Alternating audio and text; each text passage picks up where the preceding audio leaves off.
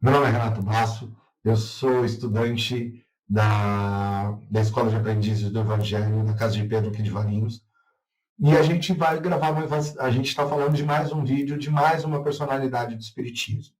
Em especial, hoje a gente vai falar do decodificador do Espiritismo, o Allan Kardec, fala um pouquinho sobre a história dele. Foi um grande desafio, um grande presente que me permitiu estudar mais sobre o decodificador e fica o convite para vocês, porque é impossível em 5, 10 minutos a gente estar falando sobre essa personalidade, né, tão importante, tão impactante, tão fundamental para o Espiritismo.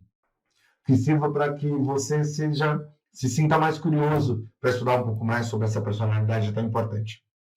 Dentro das biografias, o que me chamou muita atenção foi, para mim, um ponto marcante que eu vou utilizar aqui no vídeo, é que aos 10 anos, os pais de Rivaio levam ele para uma escola, né, para uma escola coordenada, uma escola é um internato, como se fosse um internato, né? Não sei se pode usar esse termo hoje em dia, mas assim, seria um internato, e ele vai para esse internato, e essa escola era coordenada e comandada por Pestalozzi. E o Pestalozzi é um cara que tinha uma metodologia de educação que influenciou demais a personalidade do Rivaio, né? que modelou muito o que viria a ser, né, a vida, a obra de Allan Kardec.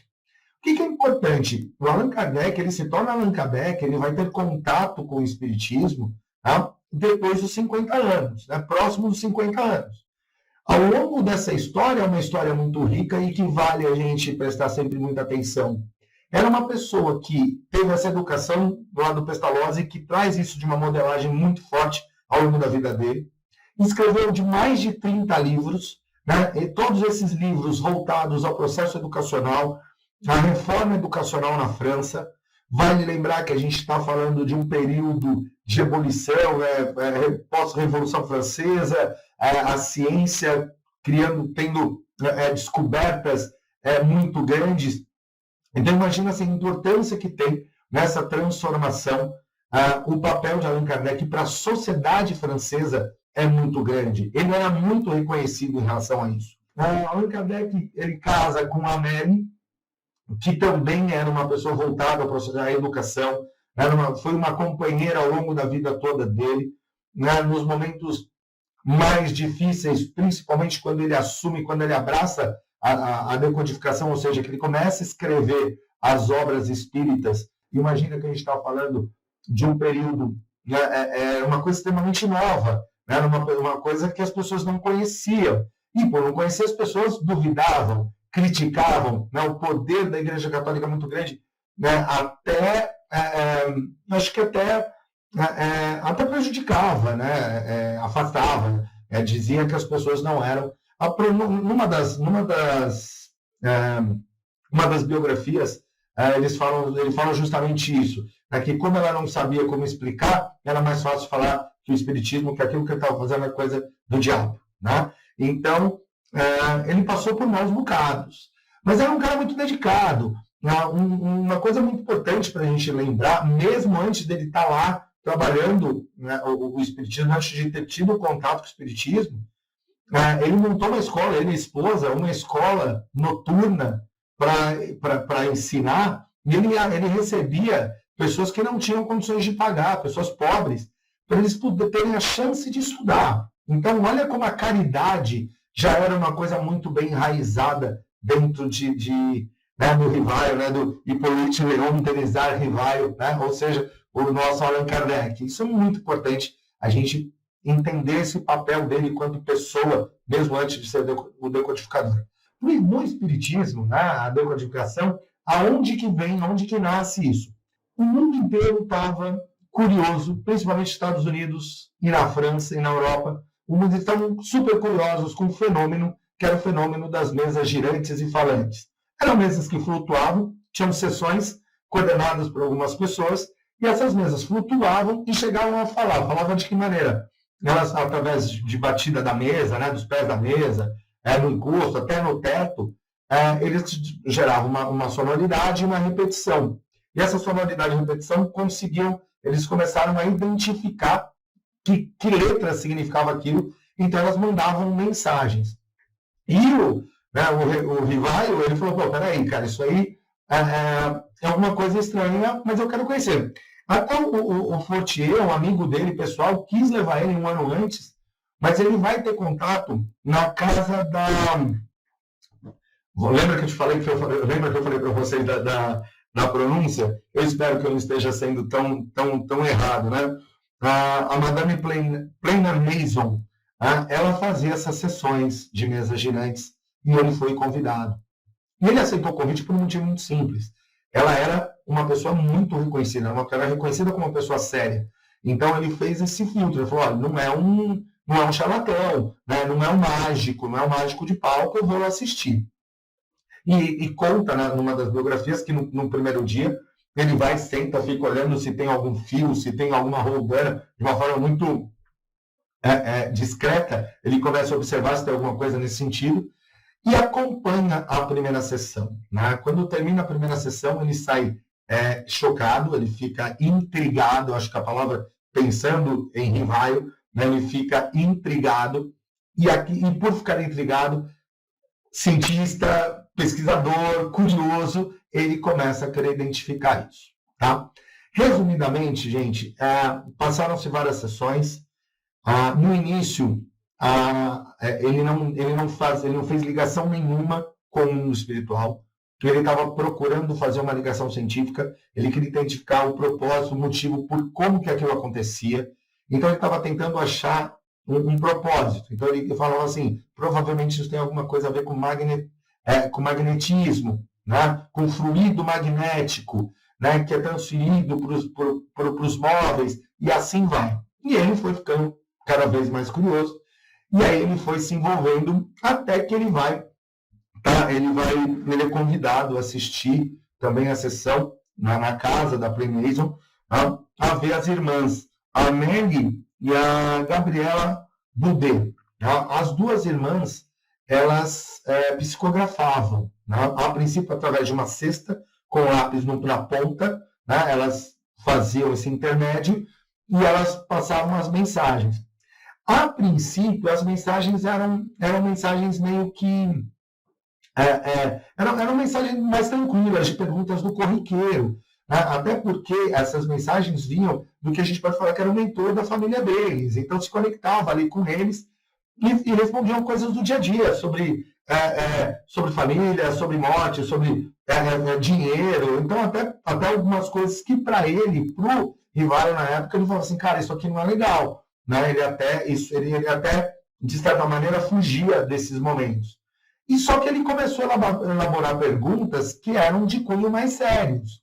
E ele começou a reparar que ali os espíritos, na época, né, as mesas, ou o cesto ali com o lápis na ponta, começou a tratar também de assuntos mais sérios. Aí, em uma dessas sessões, tá, um outro espírito se conecta, né, e se apresenta como Frederic Soulier. É isso, Frederic Soulier. O cara era um romancista muito bem reconhecido. As irmãs, além de escrever, assinavam. E na cabeça do Allan Kardec, como ele era muito, né, do Rivaio ainda, né, ele era muito crítico, muito criterioso, né, crítico no lado positivo, ele começou a analisar. Peraí, tinha algumas coisas lá que a Plain-Mason tinha, que as irmãs também tinham. Primeiro, elas não cobravam a sessão. Né? Elas não cobravam aquele momento, tá? Aquele espetáculo, tá? Aquilo era gratuito. Então, eu falo, por que elas ganham com isso? Então, já tinha essa primeira coisa. Segundo, que as perguntas eram também respondidas de forma mais séria. E quando ele analisa a assinatura do Frederico, ele falou assim, cara, como uma menina de 14 anos, né, porque as irmãs tinham 14, 8, 16, como que elas conseguem reproduzir uma assinatura nesse nível? E aí tem uma outra passagem que o Frederico começa a transcrever um romance num nível, tipo, super, super elaborado. Falei, cara, a família podia pegar aquilo e publicar que as meninas ficariam famosas. Mas não, ela estava só repassando, né? Estava psicografando, termo que para nós já é mais comum, né? Então, estava psicografando, então ele avalia, ele era muito criterioso nessas avaliações. E é justamente aí que ele começa a perceber que tinha alguma coisa diferente. Ele falou, cara, isso não é uma questão de fluido energético, simplesmente. Elas têm uma certa vontade própria. Mas como assim uma mesa, uma cesta tem vontade própria? Tem alguma conexão. É aí que ele começa a entender, a se conectar, a perceber, a compreender que se tratavam de espíritos desencarnados que estavam ali para mandar mensagens, né? Que estavam utilizando, inclusive é um termo criado por ele, que era o termo de médium, é um termo criado por Allan Kardec, que é o intermediário, né, entre os desencarnados, os encarnados. Ele faz esse intermédio. E aí o que acontece?